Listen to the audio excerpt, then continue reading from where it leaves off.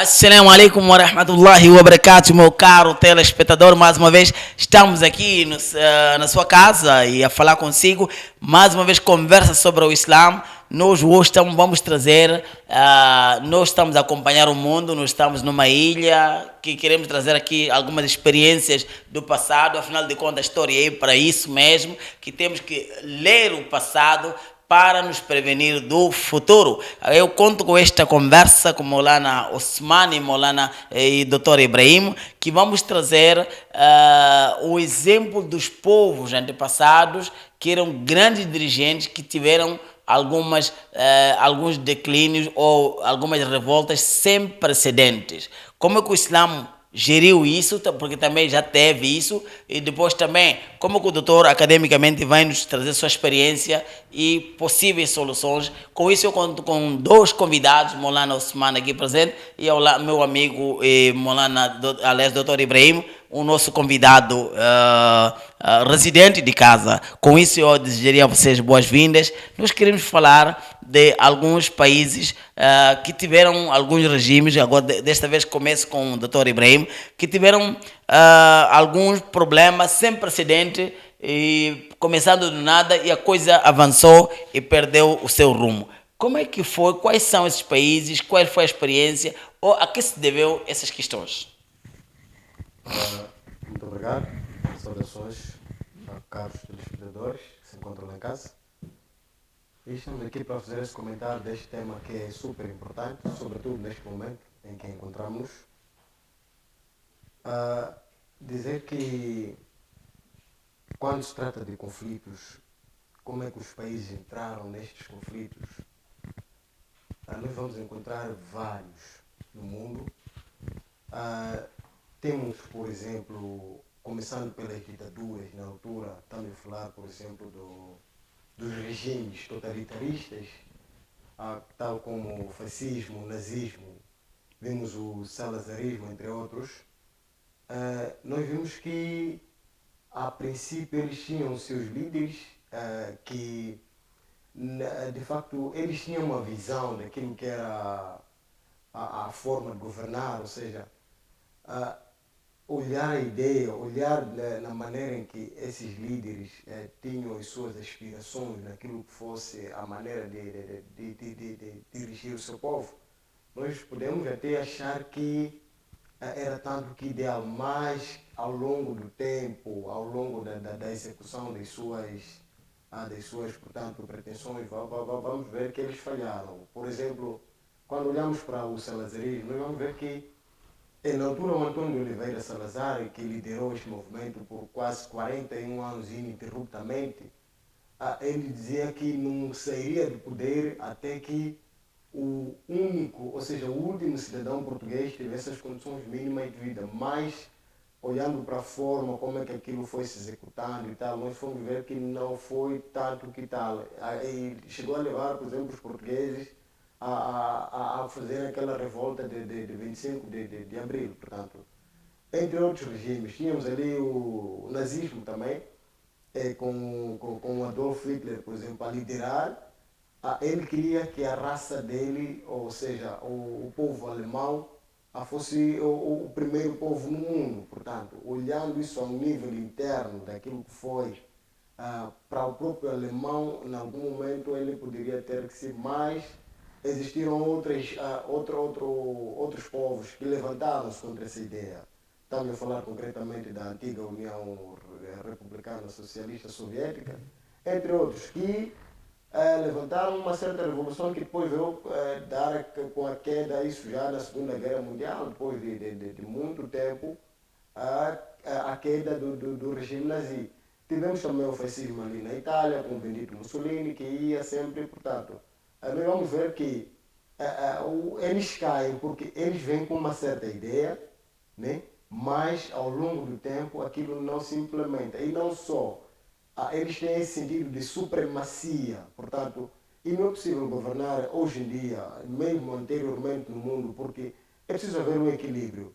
Assinou-se certos acordos que era para ter o homem como uma raça única, portanto.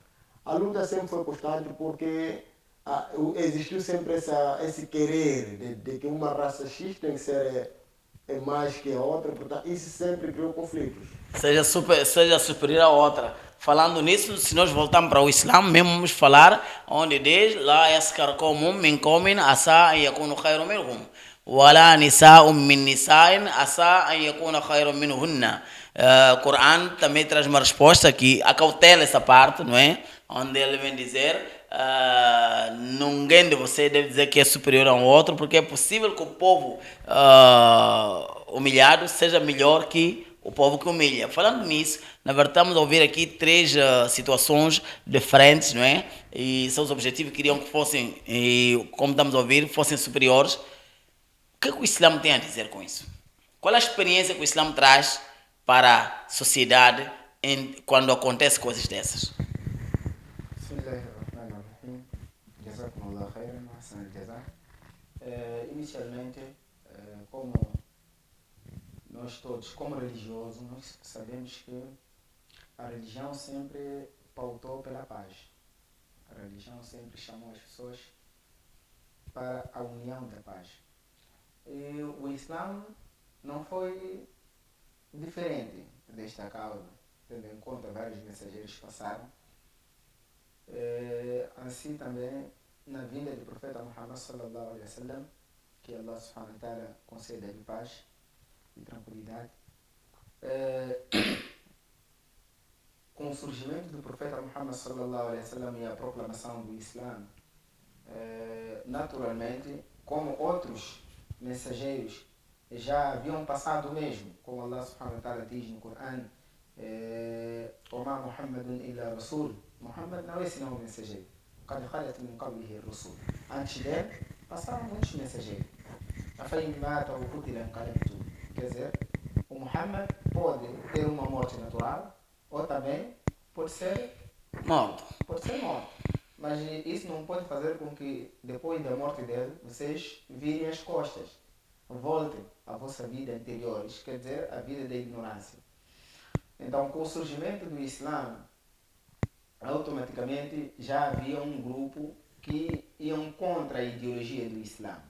Eles não aceitavam, porque eles já haviam introduzido vários deuses nas suas vidas. Eles adoravam tudo o que eles achavam que era melhor adorar. Então, com o surgimento do Islã, aqui criou-se uma força que poderia eliminar estas ideias que o Islã trazia. O Islã trazia as ideias de dar a liberdade, dar direito. Quer dizer, o Islã mostrou que todos nós somos iguais. Por isso que Allah subhanahu wa ta'ala diz mesmo neste versículo que aqui acabou de citar, que ninguém de vós se ache melhor que o outro. Que talvez aquele que está sendo achado inferior seja melhor.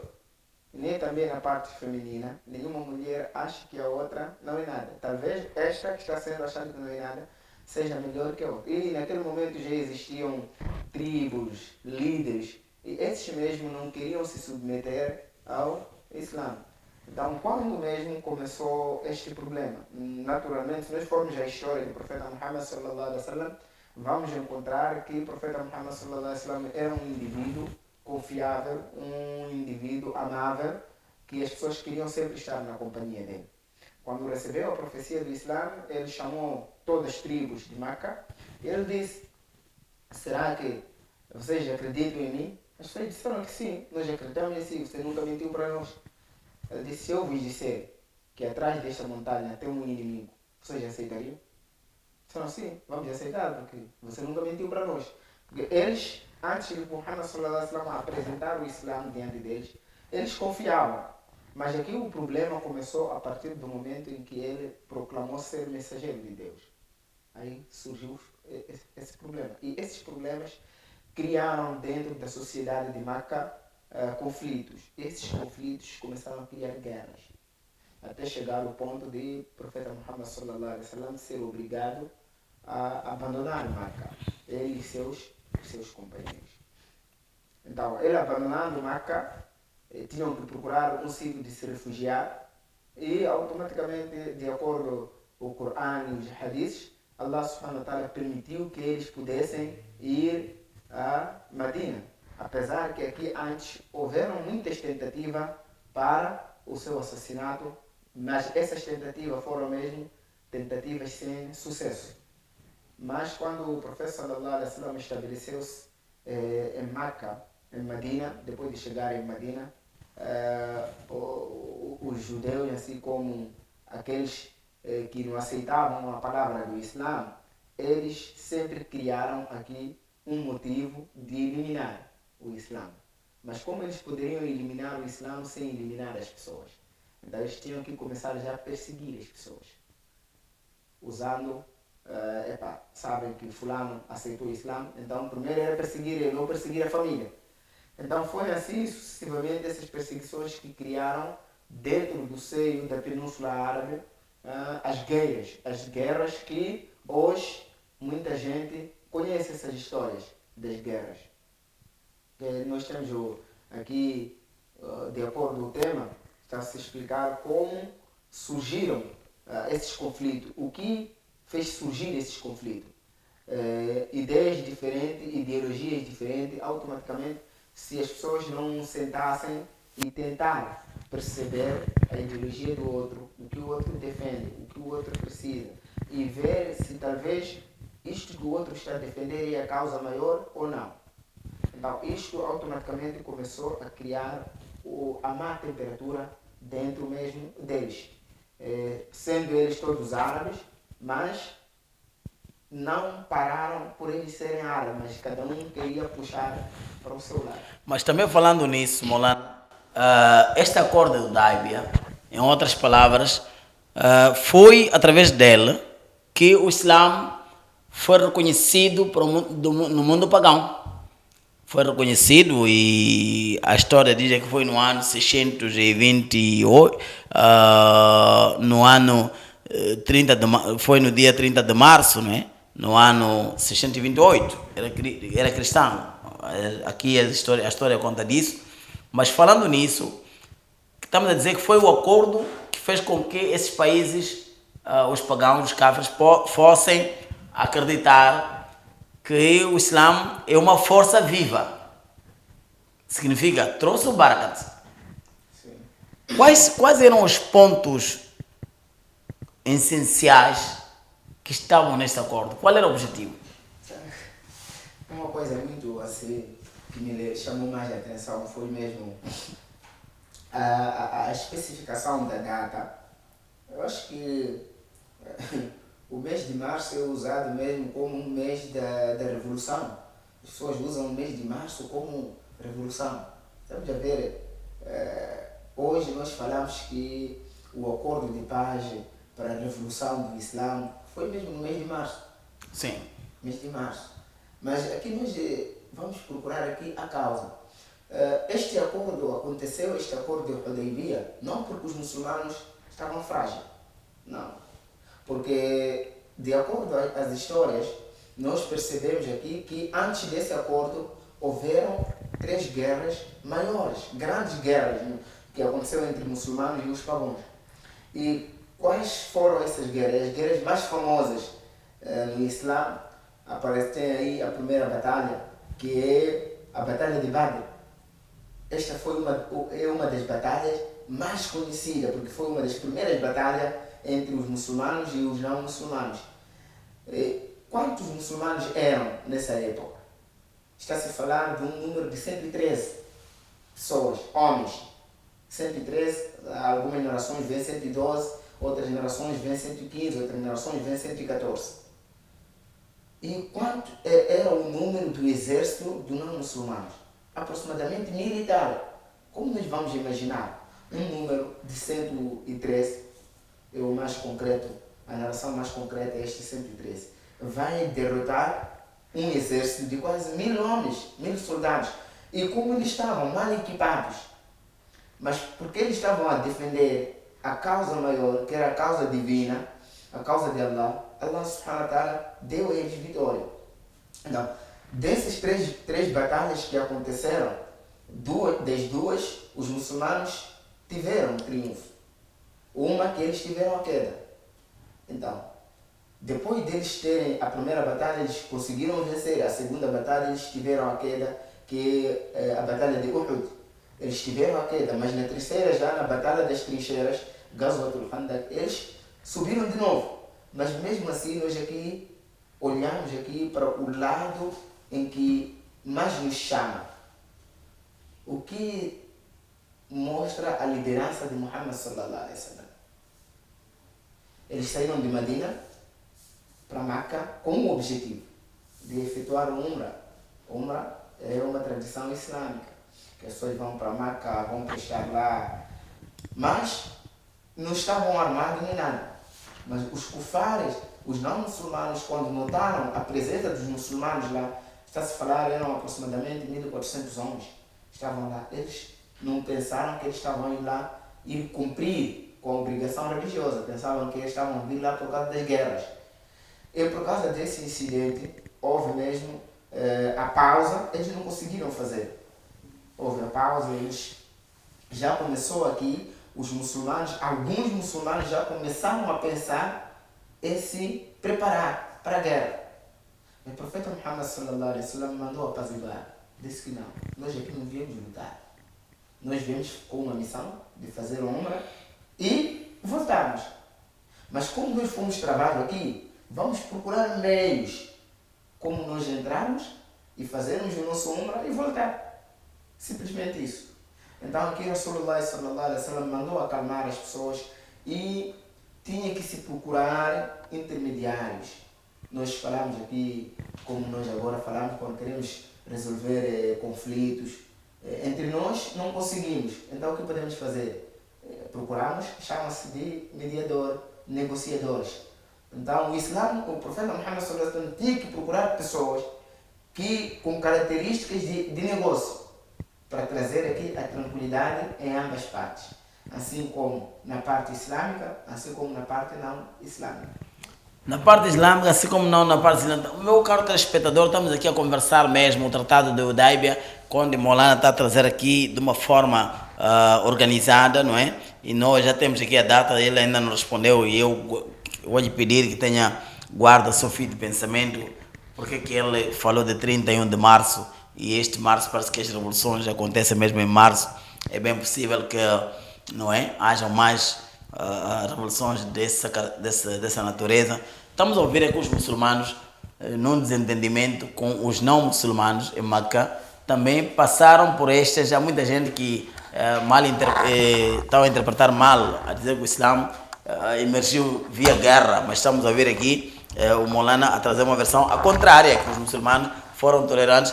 Como é que foram os nazistas e os outros? Como é que foi a experiência do outro lado do Ocidente para o declínio das lideranças das nações?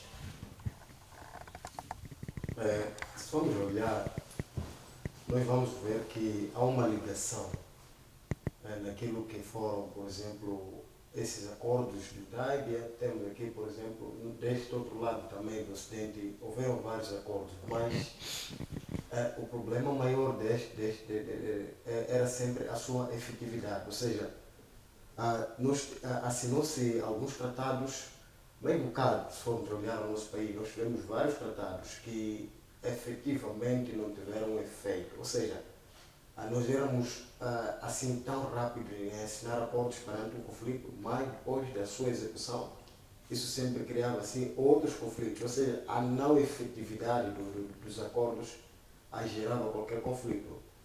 Nós vamos olhar, por exemplo, aquilo que foi no fascismo, no salazarismo também.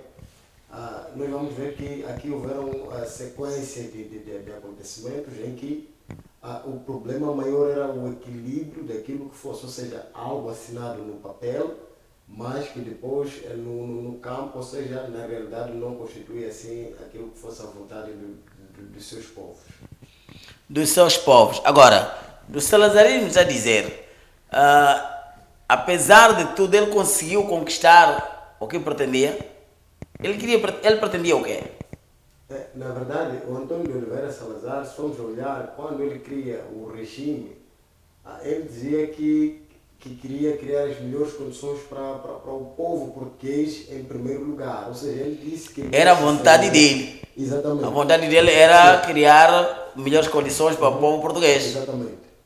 E o que é que falhou? Ele até chega a levantar uma revolução em que ele diz que, chamou até de Revolução Nacional, em que ele disse que eu não vou levantar, ou seja, não vou parar até o último português. Portanto, na realidade, nós vamos constatar que aquilo não se efetivou. E foram 41 anos de uma forma ininterrupta, como eu dizia, em que o próprio povo chega a cansar e levanta a Revolução de 25 de Abril. Concretamente, depois cria-se ali o Estado Novo, né? Exatamente. O Estado Novo. Molana, nós estamos a falar no ano 628, era de Cristo, não é? Foi assinado o acordo, o Tratado de Hudaybiyah. Hudaybiyah que foi considerado um marco na história do Islã. Como que foi isso? Quando trata-se de um acordo, normalmente, a nossa visão, um acordo tem que ter alguns pontos que beneficiam ambas partes. Porque um acordo não pode beneficiar só uma ala. No Islã, o acordo não tem que beneficiar uma ala. No Islã, o acordo é... Quando há um acordo, todo acordo que é feito, naturalmente, tem que beneficiar ambas partes que estão dentro do acordo. Então, se dentro do acordo haver um ponto que não beneficia uma parte, acredito eu que este acordo não vai durar tempo. Porque alguém vai se achar injustiçado. Então, isso não foi diferente com o acordo de Hudaybiyah.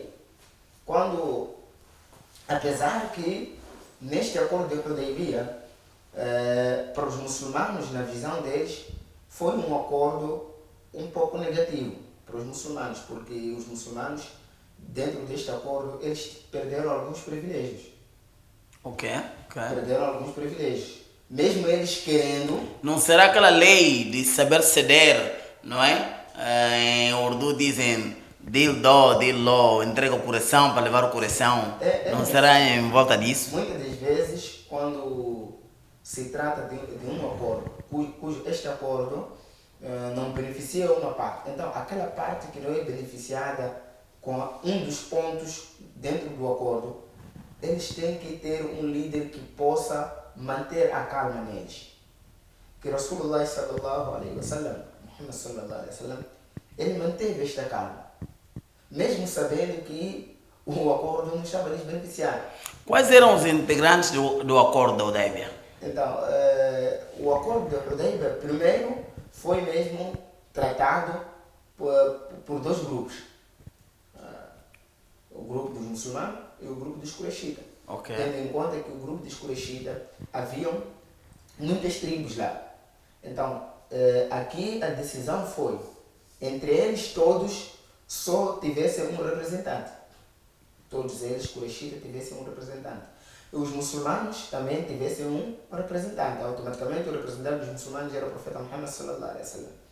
E eles procuraram alguém, um jovem chamado Urwa ibn Mas'ud. Este jovem foi o jovem encarregue para ir fazer este tratado com o profeta Muhammad sallallahu alaihi wasallam. Urwa ibn Mas'ud. Finalmente depois ficou muçulmano, ou não? Claro. Então ele diz assim, eu já mandei, já fiz acordos, porque ele era reconhecido que era um bom mediador naquela época. Era reconhecido por causa da sua fala, sua paciência. Então os Qurayshitas escolheram ele. Ele disse, depois quando ele voltou, depois do assinado do acordo, ele disse que eu já andei em vários países. Na minha vida, ainda não encontrei um rei digno que Muhammad. Mashallah. É um indivíduo que quando eu lá cheguei, ninguém ousava levantar a voz sem a permissão dele. Quando ele falava, todos estavam atentos para ele escutar. E se alguém quisesse falar, levantava a mão primeiro. Se fosse permitido, falava. E se não fosse permitido, sentava. Então, dentro do acordo, existiram uns pontos, mesmo para nós, se nós formos a citar esses acordos, vamos perceber que alguns pontos lesavam o Islã. um dos acordos que lesava o Islã, qual era? Eles diziam assim, se qualquer aquele que não for muçulmano sair de Meca para Medina, para ir viver em Medina, então era a obrigação dos muçulmanos devolverem ele para Meca. Porque normalmente naquele tempo era negócio. Sim. Se alguém saísse de Meca, ia fazer negócio em Medina. Sim. Então os de Meca não queriam que a moeda deles circulasse em Medina. Medina. Então eles disseram assim, se sair daqui alguém nosso para Medina, então vocês muçulmanos, se vocês querem cumprir com o acordo, então devolvam ele para nós. Ok. Mas se um muçulmano sair de Medina, vir para Meca, não sai mais de Meca, fica ali. Poxa. Então este acordo não beneficiava os muçulmanos. Esta frase aqui. Sim, este ponto não beneficiou os muçulmanos, prejudicou. E quando chegou neste ponto, Umar ibn Khattab disse para o profeta, o Muhammad, não aceita isso. Por que nós temos que viver em Meca? E eles não podem viver em Medina? Eles não podem viver lá. Não. Mas o profeta Muhammad sallallahu alaihi wasallam só estava à procura de uma coisa: paz e tranquilidade.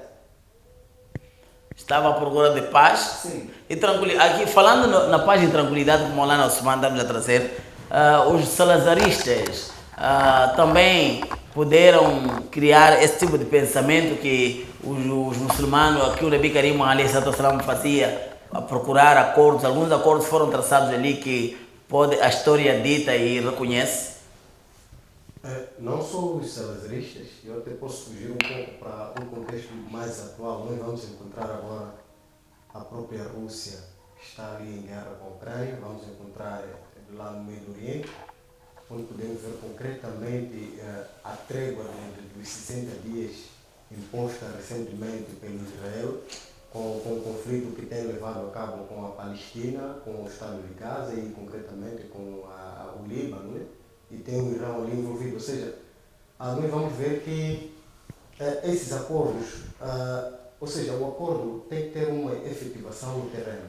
Portanto, nós temos aqui assistido, por exemplo, nos últimos dias, Israel a fazer uns bombardeamentos assim, específicos, táticos, e o mesmo tem acontecido, por exemplo, do lado do Hezbollah. E naquela altura também, se formos a ver, nós tivemos vários acordos. A própria Rússia, que eu vim aqui a dizer, ela tem saído de certos tratados super importantes e temos até recentemente falado aqui de perigo, por exemplo, do uso das armas nucleares, mas tudo isto ali porque há abandonos consecutivos de certos acordos, mas é sobretudo para defender os interesses entre as potências. Isto na parte de quem?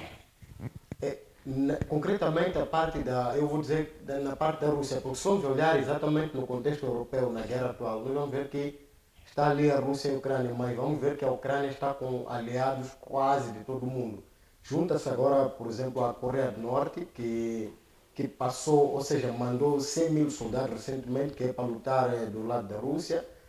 Portanto, esses são acordos que, se formos a ver, ou seja, são tratados que vêm quebrar alguns acordos que, em alguns casos, vamos ver que estavam lá escritos, por exemplo, em certas cartas das Nações Unidas, em certas declarações universais, mas por causa do interesse, ou seja, o ser humano tem uma capacidade de, primeiro, ver até que ponto o conflito pode, ou seja, gerar, ou seja, pode tornar-se, por exemplo, em guerra.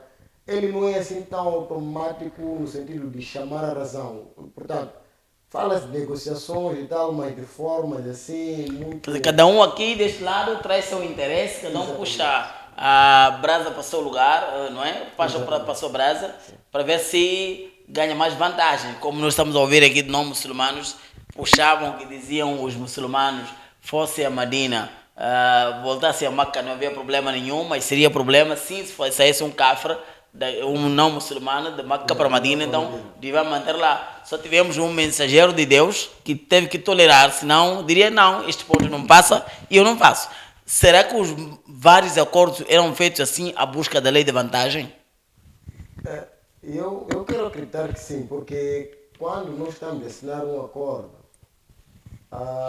chama-se, ou seja, quando chegamos a assinar o acordo, é no sentido de que as duas partes, ou seja, as partes chegaram a um certo consenso, mas os acordos têm essa deficiência de muitas das vezes não trazer justiça no acordo. Ou seja, por exemplo, podemos olhar para um contexto mais remoto, pós o fim da guerra, da Segunda Guerra Mundial, em que tivemos ali, por exemplo, a conferência de Potsdam, né? Onde a Alemanha, ou seja, eles reúnem-se dentro da própria Alemanha, após a queda do regime nazi, que depois era para dividir a própria Alemanha, era para saber como é que ia se gerir a própria Alemanha, ou seja, não sendo eles alemães, tiveram ali, por exemplo, o Reino Unido, os Estados Unidos e a própria URSS, em ter que saber como é que a Alemanha seria gerida naquela altura. Portanto, se formos olhar em outros acordos, aí temos os tratados também, nós vamos ver que eles sempre têm objetivos assim, tanto que obscuros, ou seja, é sempre de tirar vantagem. Tivemos a própria Conferência de Berlim, tivemos o próprio mapa cor-de-rosa, entre outros acordos, que era para dividir, por exemplo, a própria África, saber quem fica com colônia X e Y. Então, há sempre essa deficiência nos acordos. Tivemos aqui, por exemplo, para Molana, que, para além deste ponto, existe aqui outro ponto muito forte que diz que naquele ano os muçulmanos não voltariam a entrar em Meca.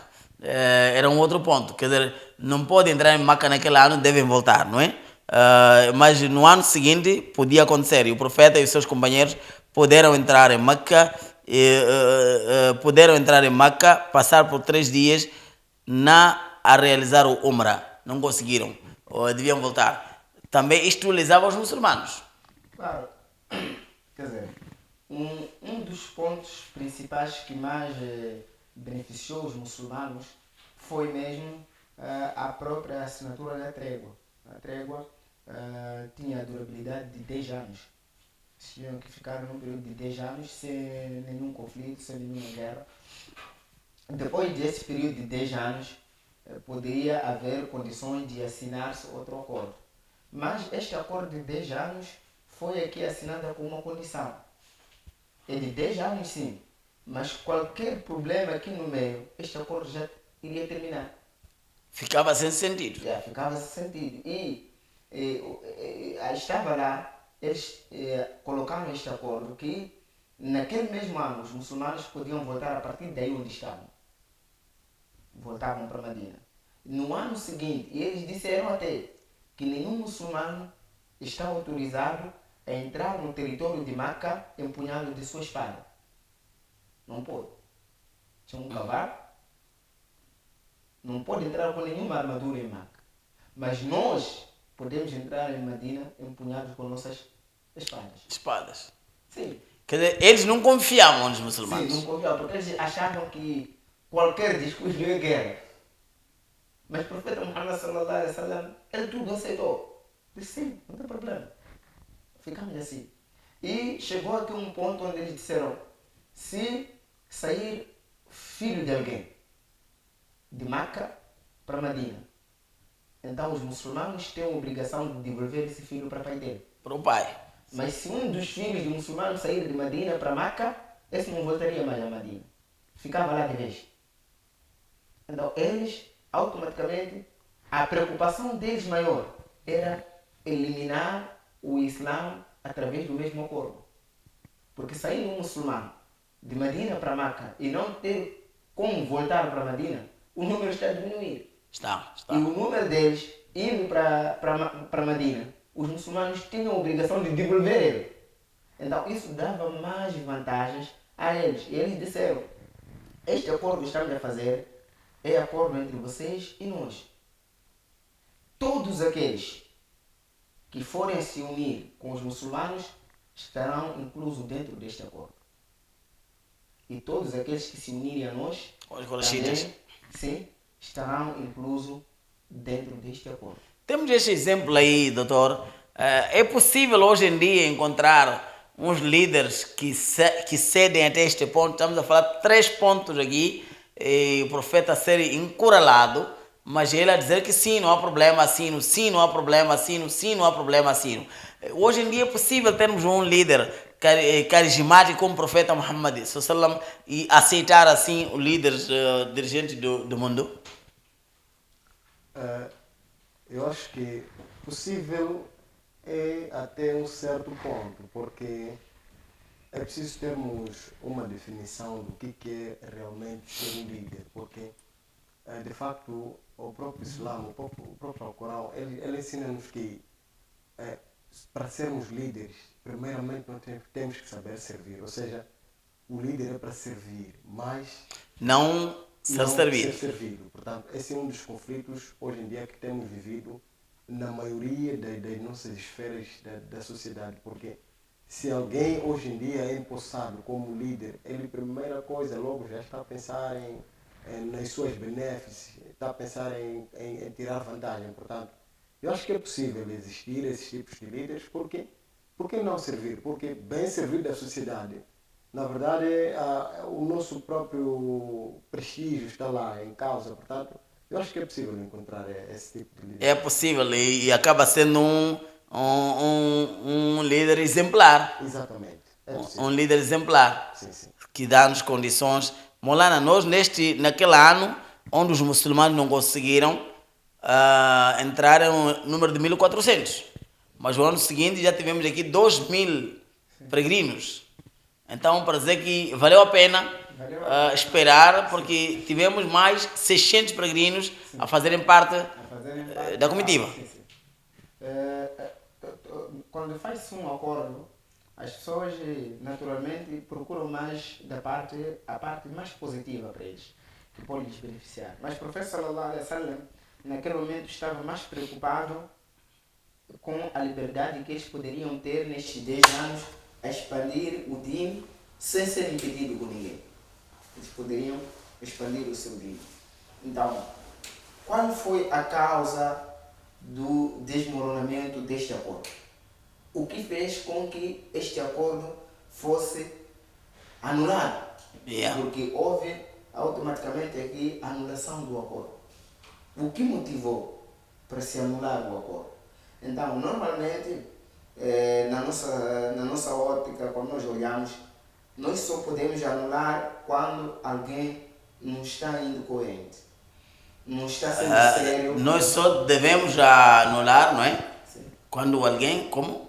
Quando a pessoa não está a ser coerente, Ok. não está a ser realista. Isso quer dizer, porque quando nós vamos, mesmo depois de haver esta anulação do acordo, o profeta Muhammad sallallahu alaihi wasallam não convocou os cristãos, não convocou os não muçulmanos, porque ele sempre pautava pelas revelações. Ele tinha que sentar, esperar o momento que ele fosse permitido, que pudesse seguir em frente, ou pudesse assinar um novo acordo, ou então mantinha assim.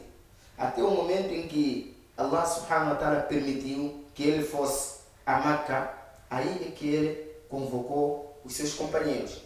Então, houve aqui um incidente que uma das tribos que estava alinhada com a tribo Quraysh teve um conflito com uma das tribos que estava alinhada com os muçulmanos.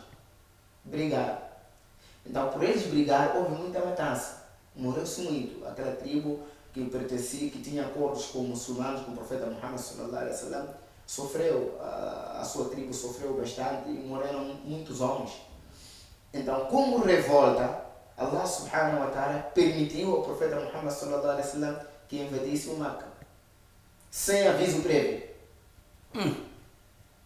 Porque a conquista de Meca, os não muçulmanos não foram avisados que daqui a alguns dias Vamos entrar. vamos entrar.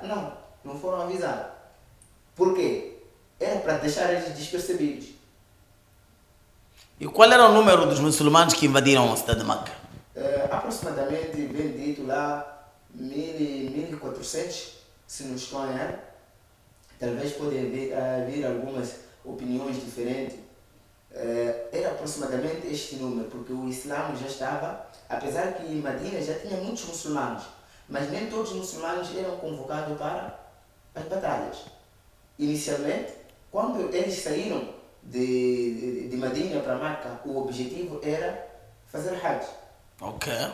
Fazer Hajj. Eles saíram com esse objetivo, mas ao longo do percurso, no caminho, Viram coisas diferentes. quando eles iam para Meca, quando recebeu-se esta notícia, que aconteceu isso com essa tribo, agora como nós vamos entrar?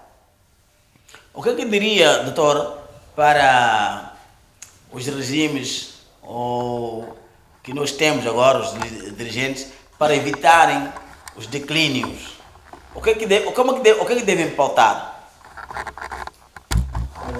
Eu acho que só posso aconselhar aos líderes do mundo a não serem ditadores, ou seja, a escutarem mais o seu povo, porque na verdade quem os elege é o seu povo, porque depois tem consequências. Portanto, nós estamos aqui a ver quedas de certos regimes, portanto, é preciso haver tolerância, é preciso haver paz, mas sobretudo é preciso haver a boa governação, porque quem os elege... Paz, boa governação, tolerância, facilitação e não dificuldades. Exatamente.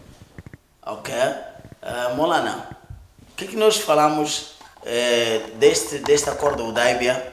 E os muçulmanos tiveram passos muito gigantescos, apesar de serem mais tolerantes.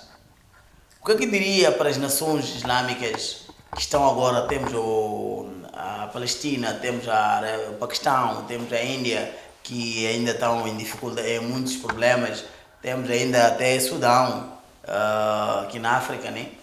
Mas não estão a conseguir entrar. Será que estão a pautar pelo este ensinamento do Nabi Karim alayhi salatu wassalam? Olha, Allah subhanahu wa ta'ala diz no Corão: فما أصابكم من مصيبة فبما كسبت أيديكم ويعفو عن كثير. O ser humano tem que prestar atenção que tudo de mal que acontece na vida dele é resultado daquilo que ele faz. Apesar que Allah tolera várias coisas. E para mudar essa situação? Então, para mudar esta situação, é preciso que nós nos chamemos a voltar a Allah. O povo de Musa, Moisés, quando eles sofreram com o faraó, por que eles sofriam? Porque eles tinham se esquecido de Deus. Não porque Allah tinha se esquecido deles, mas quando Allah subhanahu wa ta'ala se esquece de alguém, quando a pessoa se esquece de Allah, como Allah diz no Corão, Nasullah fa'ansahum. Quando nós nos esquecemos de Allah, Allah nos esquece. Nós só esquecemos de Allah na adoração, mas Allah nos esquece em toda a vida. Em toda a vida já não há progressão, não há nada, não há benefícios. Estamos a sofrer. Mas por quê? Porque nós abandonamos o que é a nossa obrigação nesta terra. Temos que voltar para lá. Temos que voltar. Este conselho não é só para os religiosos. Aquele que não tem religião, é melhor procurar um caminho reto. Voltar-se a lá, porque saber, alguém estava a dizer assim, uma história muito boa, diz que um jovem encontrou-se com um chefe. Então o chefe disse, ele andava com os ombros, né, a se orgulhar. O chefe disse para ele: "Ô jovem, cuidado, não levante seus ombros, não por se orgulhar." O jovem disse para ele: "Você está me dizendo para nós, você não conhece? Sabe quem eu sou?" Se orgulho. Então o chefe disse para ele: "Eu te conheço muito melhor. O que eu sei é que você antes era uma esperma, um líquido sujo, que ninguém queria tocar. Mas Deus te fez ser humano. E o que você carrega no seu organismo são fezes. Não é mais nada. E a sua finalidade vai ser enterrada. Eu te conheço melhor. Então por que você está se orgulhando?" Então nós temos que saber isso. De Deus viemos e para Deus voltaremos. De Deus viemos, para Deus voltaremos. Temos aqui já exemplos claros aqui, uma aula forte de acordo de Hudaibia, não é? E depois temos o regime salazarista que o nosso doutor nos traz. Nós, no próximo programa, vamos trazer a outra batalha que foi muito quente, a batalha de Badr na história islâmica. Na história islâmica, a batalha de Badr, esta batalha que levou também uma revolução, e vamos trazer como é que é tratado quando é uma batalha, a força da proporcionalidade, ambas partes. E para nos mudarmos a situação do nosso povo, dependemos de você religioso, você que é católico, você que é muçulmano. Você tem que sentar, tem que ajoelhar, tem que chorar, voltar para Allah subhanahu wa ta'ala, palavras de Maulana Osman, e fazer muito jejum. Aliás, Allah subhanahu wa ta'ala diz: "Inna Allah la yughayyiru biqawmin Allah Ta'ala não muda a vida de um povo até que este povo comece a mudar de atitudes, porque Allah Subhanahu wa Ta'ala ajude e facilite. O que nós temos hoje e amanhã depende de nós mesmos, o que nós ouvimos de Maulana Osman. Que Allah Subhanahu wa Ta'ala ajude e facilite. Para o próximo programa, fica atento, vamos trazer temas fortes, como é que fora o percurso do Islã em termos de batalha, progressos e acordos, para nós levarmos uma lição dentro dela. Assalamu alaikum wa rahmatullahi wa barakatuh.